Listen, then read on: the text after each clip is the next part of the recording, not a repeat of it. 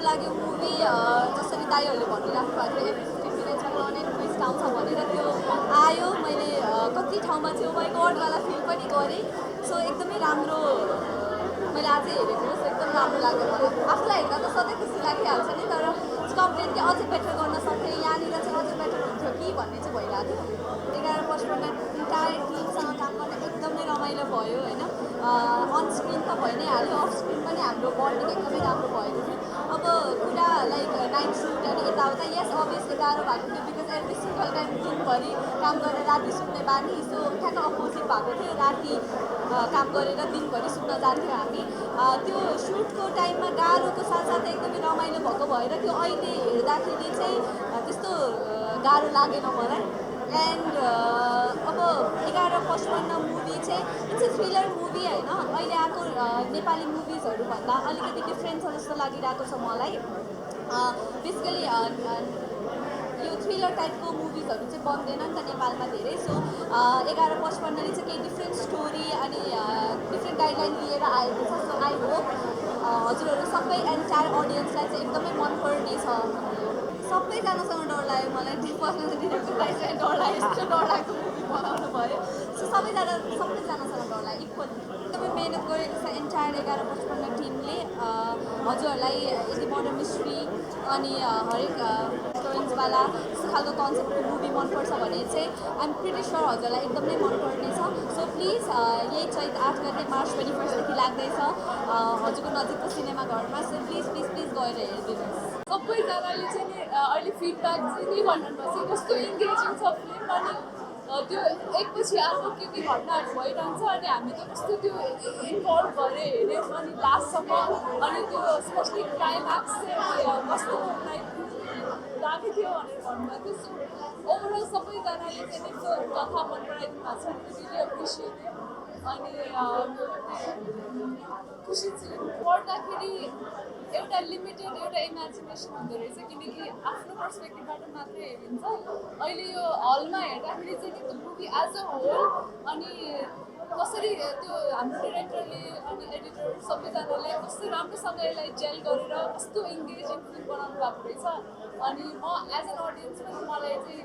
enjoy गरेँ मैले त्यो म प्रिडिक्ट त गर्न सक्दैन है बट यति चाहिँ भन्न सक्छु कि उसको जो इन्टेन्सन छ उसलाई किन एज एन एक्टर काम गर्न मन लाग्छ उसको त्यो प्यासन चाहिँ एकदमै प्योर छ अनि त्यसमा ऊ चाहिँ एकदम सिन्सियर भएर मैले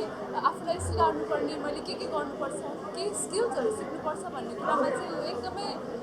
फोर फ्रन्टमै छ जस्तो लाग्छ अनि आई थिङ्क यो सबै यतिको आफ्नो भनौँ न एउटा प्यासन एउटा डेडिकेसन भएपछि I think anything is possible अनि यो फिल्ममा अनि उसले त्यही लेभल अफ भनौँ न एफोर्ट दिएको छ अनि राम्रो गरेको छ सो यो जस्ट अ बिगिनिङ हो अनि we wish him all the best एउटा खालको जनरहरू एक्सप्लोर गरिरहेको थिएँ अनि यो जनरमा मैले उहाँले गर्दाखेरि नै मैले यो एक्सप्लोर गर्न पाएँ अनि हाम्रो फिल्म 11-55 अब आउने शुक्रबारबाट तपाईँहरूको नजिकै थिएटरमा लाग्दैछ अहिलेसम्म फिडब्याक राम्रो आएको छ तपाईँहरूलाई पनि मनपर्छ होला एकचोटि गएर हेरिदिनुहोस् अनि तपाईँहरूलाई कस्तो लाग्छ हाम्रो पेजहरूको थ्रु भनिदिनु होला मलाई यो फिल्म हेरेर चाहिँ एउटा विशेषता के लाग्यो भने होइन एउटै घरमा जम्मा 6 जनाको लागि तर पनि होइन 2.5 घन्टाको फिल्म होइन त्यति बोर चाहिँ लागेको मलाई अलिक यो थ्रिल टाइपको फिल्म पनि मनपर्छ होइन र यो फिल्म मलाई राम्रो लाग्यो यसमा थ्रिल पार्ट बढी भएको र यसको एक्सन डाइरेक्टर हाम्रो देवमोहन छन् उहाँले चाहिँ एकदम राम्रो काम गर्नु भएको रहेछ सबैको राम्रो लाग्यो मैले चिनेकोमा श्रेष्ठजी हाम्रो हरिशजी अनि हाम्रो विशाल पाहाडी राई अरू 3 जनाको राम्रो थियो र बाँकी कलाकार पनि राम्रो थियो कलाकारमा चाहिँ 6 जना त छ तर 6 जना कलाकारलाई एउटै घरमा होइन पुरै रिङ्गाइरहेको छ होइन राम्रो लाग्यो राम्रो लाग्यो मैले योभन्दा अगाडि हेरेको थिएँ मायावी पनि थियो मायावीमा जस्तै पल शाहले अलिकति नभएर अलिकति पब्लिसिटीमा उहाँ इन्टरभ्यूमा आउनु पाउनु भएको छैन नि त तर मायावीको प्रोड्युसर डाइरेक्टरले हाम्रो करिश्मा श्रेष्ठलाई युज गरेको हुन्छ कि उहाँ सामाजिक सञ्जालमा एकदमै भाइरलै हुनुहुन्छ जस्तै यो फिल्ममा पनि होइन करिश्मा श्रेष्ठको फ्यानहरूलाई चाहिँ मनपर्छ 11-55 पछि 11-56 हुन्छ भने याद आउँछ होइन 12 पनि 55 याद आउँछ र यो फिल्म हेरेर अलिकति होइन यो यो फिल्मको पात्रहरू चाहिँ अलिकति बापती टाइपको देखाएको छ नि त होइन बापतीहरूको स्टोरी हो होइन तर एकदम मजा लाग्यो मलाई डाइरेक्टरलाई मान्नै पर्छ के गर्यो होला अनि म राति त्यति सुत्दिनँ होइन 11:55 म तपाईँहरूकै इन्टरभ्यू हेरेर आउँछु प्रयास होइन म त यसमा साँच्ची नै हो यो फिल्ममा देखाएको कुरो सही हो क्या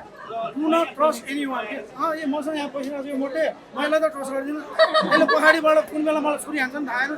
होइन हाम्रो हान्दैनले होइन कमै छन् त्यस्तो विश्वास गर्छु म मेरो छोरीको विश्वास गर्छु चाँदनी बस्ने म छोरोको विश्वास गर्छु प्रवीण बस्ने यो फिल्म हेर्नु भएन अहिले मैले भन्दै थिएँ त्यहाँ पहिला आफै सोध्थेँ नि त्यहाँबाट मैले भने मतलब घरको मान्छे सबको मलाई ट्रस्ट छ अनि त्यो मैले त धेरै इन्टरभ्यूमा भनेको छु त्यो मिनाको मेरो छोरी होइन ऊ त हाम्रो घरको लेडी डन नै हो उसलाई विश्वास गरेर छैन भनेर अहिले भनिदिएँ भने म घर जानु पाउँदिनँ अहिले डराउँदा म क्वेसन डराउँछु होइन अहिले तिमीले सोध्यो नि त के अरे होइन श्रीमतीलाई ट्रस्ट गर्दिनँ भन्दा त्यो त गलत भयो नि त म गल्ती नै गर्दिनँ गरेपछि डराइँदैन त्यही त भन्दा गऱ्यो होला मैले माफ पाइरहन्छु जस्तो यो फिल्ममा देखाएको छ नि एउटा मैले अहिले पनि भने होइन अलिकति बापती क्यारेक्टरहरू बढी रहेछ होइन लोग्नीको भर छैन स्वास्नीको भर छैन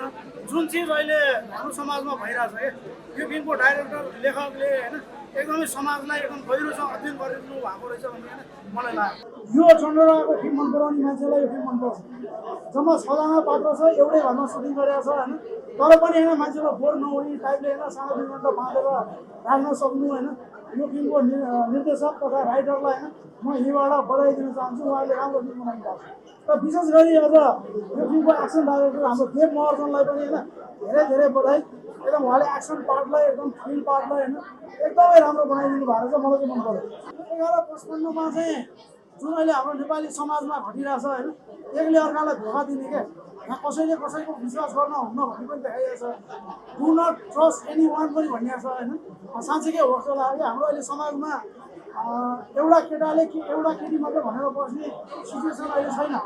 र केटीले पनि एउटै मात्रै केटा भनेर बस्ने सिचुएसन छैन भन्ने यो फिल्ममा देखाइएको छ होइन जुन हाम्रो समसामयिक यो घटी पनि रहेछ होइन मलाई ठिकै लाग्यो राम्रोबाट चल्दैछ होइन 8 बजेबाट सबले हेरिदिनु होला होइन सस्पेन्स थ्रिलर मन पराउने दर्शकहरूको लागि यो राम्रै प्याकेज बनाएर आएको छ ठिक छ 6जना कलाकारमा सबको एक्सपिरियन्स छ जसमा हाम्रो सृष्टि शेष करिश्मा के अरे शेष हाम्रो विशाल बारी राई लगायत अरू 3जना चाहिँ नयाँ हुनुहुँदो रहेछ नि 6जनाले राम्रो गर्नुभएको छ उहाँलाई एकदमै बधाई छ हेर्नुहोस् एकदम टाइम पास छ